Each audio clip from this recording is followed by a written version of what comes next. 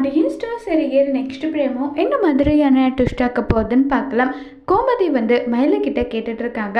என்ன மயிலு இன்னைக்கு வேலைக்கு போகலையேன்னு சொல்லிட்டு கேட்குறாங்க. இல்லாத போகலை, மீனாவுடைய அப்பாவுக்கு உடம்பு முடியாமல் இருக்கு, இப்படிப்பட்ட நேரத்தில் வேலைக்கு போகணுமான்றாங்க. முதல் நாளே வேலையிலிருந்து லீவு போட்டால் அவங்க என்ன நினைப்பாங்க?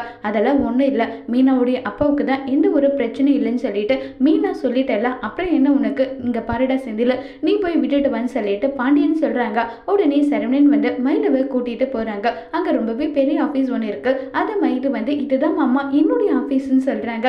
இதை கேட்டதுமே சரவணன், என்ன நீ இவ்வளோ பெரிய ஆஃபீஸில் வேலை பார்க்குறியா?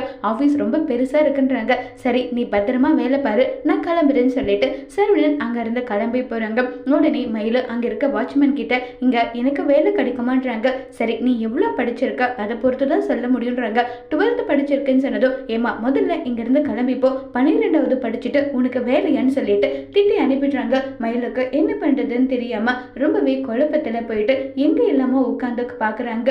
எல்லாருமே ஒரு மாதிரி பார்த்துட்டு இருக்காங்க. மயிலுக்கு பசிக்குதுன்னு சொல்லிட்டு அங்கே ஒரு பார்க் இருக்கு, அங்கே உட்காந்து சாப்பிட்டுட்டு இருக்காங்க. அப்போ சரவணன் கால் பண்ணி, இங்கே பாரு மயிலு, உன்னை பிக் பண்ணுறதுக்காக உன்னுடைய ஆஃபீஸ்க்கு தான் நான் வந்துட்டு இருக்கேன்னு சொல்கிறாங்க. இதை கேட்ட மயிலு ரொம்பவே ஷாக் ஆகுறாங்க. சரவணன் கிட்ட மயிலு இப்போவாது உண்மையை சொல்லி தப்பிப்பாங்களா, இல்லை மயிலு வசமா சரவணன் கிட்ட மாட்டிக்க போகிறாங்களாங்கிறத வரப்போகிற எபிசோடில் வெயிட் பண்ணி பார்க்கலாம். தேங்க்யூ.